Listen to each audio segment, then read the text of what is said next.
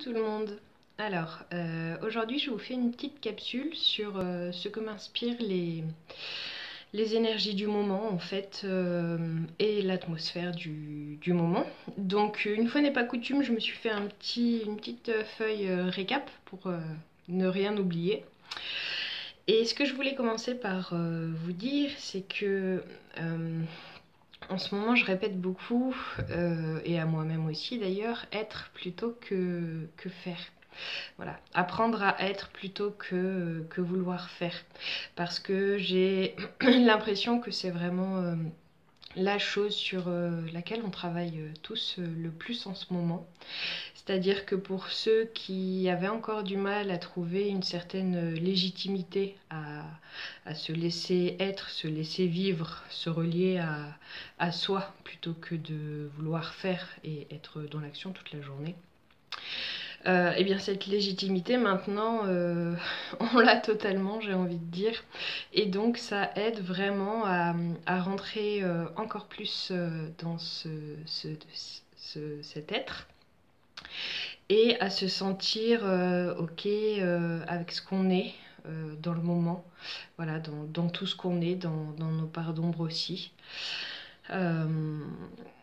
Et ça, c'est quelque chose de très important pour l'évolution de notre bien-être. Parce que souvent, vraiment, c'est ce qui nous manque en fait. Le fait de se déposer dans l'être simplement, dans l'instant. C'est quelque chose qui nous manque parce qu'on est toujours beaucoup soit dans le passé, soit dans le futur. Beaucoup en train de courir, de chercher à se divertir. Et on a tous plus ou moins du mal à se poser avec soi-même, d'autant plus quand à ce moment-là on ressent des émotions qui sont pas forcément évidentes. Donc voilà, ces temps-ci nous apprennent un peu tout ça, à renouer avec nous-mêmes en fait et à savourer ces moments-là surtout.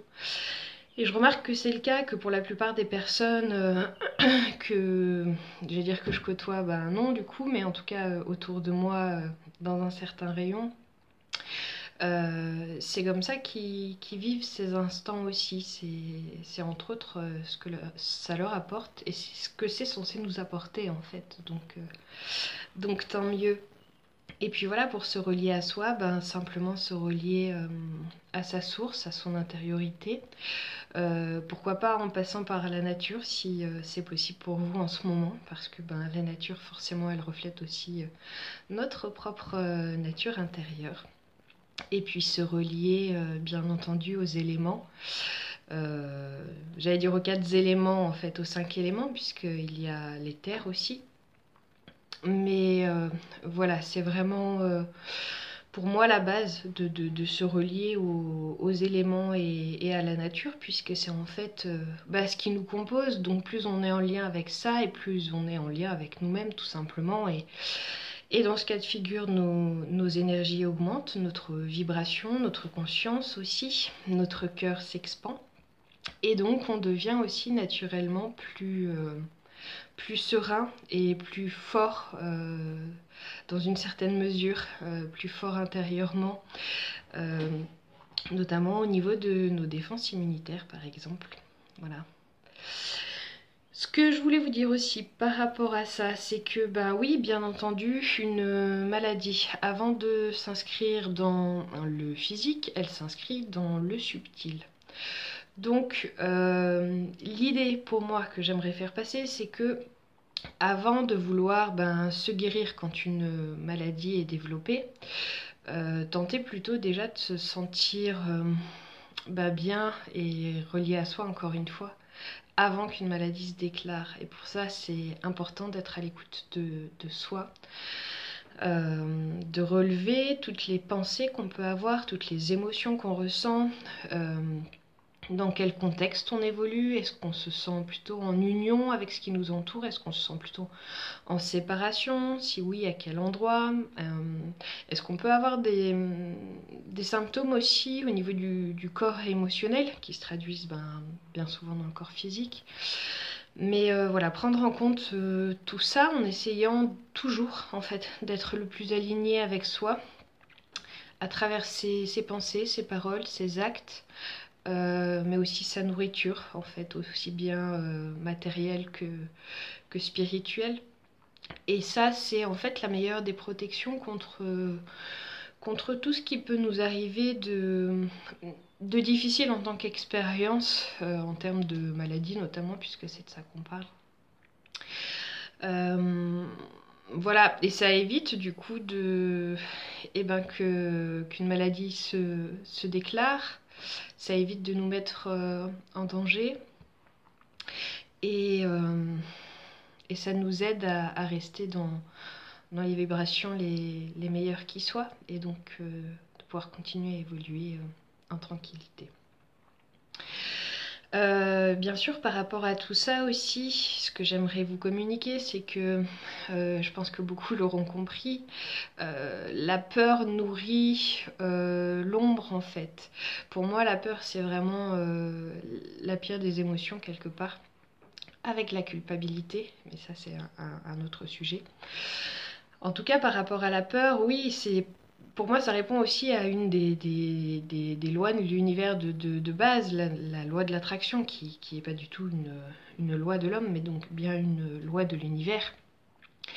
Et en ça, c'est très important de vivre en tenant compte, en réalisant ce principe d'alchimie en soi, en fait, qui est de transmuter ces émotions négatives en émotions positives. Parce que c'est aussi le but de tout ce qu'on vit finalement, c'est-à-dire que si on considère que notre vie est un jeu quelque part, oui, du coup on est là forcément pour progresser à travers ce jeu, et donc pour progresser il s'agit de savoir apprendre à transformer ses pensées et ses émotions négatives en pensées et en émotions bienveillantes, nourrissantes, évolutives et autres. Donc voilà, n'oubliez pas que la peur attire l'ombre, nourrit le négatif. Et donc comme c'est une loi de l'attraction, plus on projette la peur et plus elle revient à nous sous forme de tout ce qu'on ne veut pas voir dans notre vie en fait. Voilà.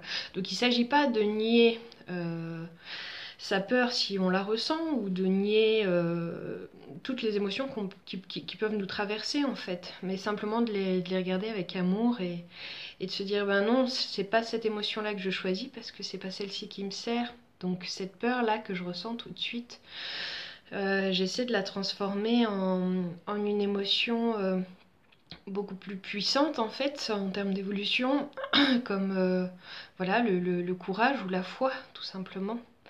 Et en basant ses pensées sur ça, toute notre journée, mais en fait toute notre réalité, tout notre quotidien change. Et du coup, il advient pas du tout dans notre vie les mêmes expériences, pas du tout. Oui, le petit point que j'ai pas encore abordé avant de terminer, c'est que, je le répète très souvent, mais pour moi c'est tellement évident que l'ombre sert toujours la lumière en fait, d'une façon ou d'une autre.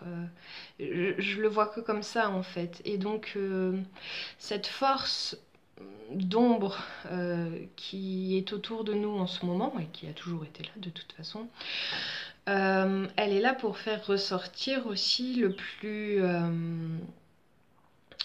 plus lumineux en nous finalement, parce que cette ombre elle nous pousse à aller encore une fois encore plus profondément en nous pour en faire ressortir la lumière. Et là aussi je trouve que c'est ce qui se passe, parce que en étant tous dans un certain arrêt, dans une certaine pause, on est tous plus en lien avec nous-mêmes, même si c'est pas toujours évident d'être face à soi, c'est quand même très positif. Et du coup, ça nous aide à développer davantage l'écoute de nous, donc notre intuition, la communication avec nos guides, avec notre âme, les synchronicités, la télépathie avec nos proches, ou d'autres d'ailleurs. Enfin voilà, ça développe plein de belles choses en nous, tout ça. Donc pensez à ça surtout. Pensez à tout ce que cette période plutôt négative en apparence vous apporte de bon. Voilà, c'est vraiment sur ça qu'il faut se concentrer. Et c'est de ça qu'émergera plein de nouvelles réalités merveilleuses dans vos vies, et c'est ce que je vous souhaite. Voilà, je vous embrasse très fort et puis à bientôt pour la prochaine vidéo ou autre. Belle journée!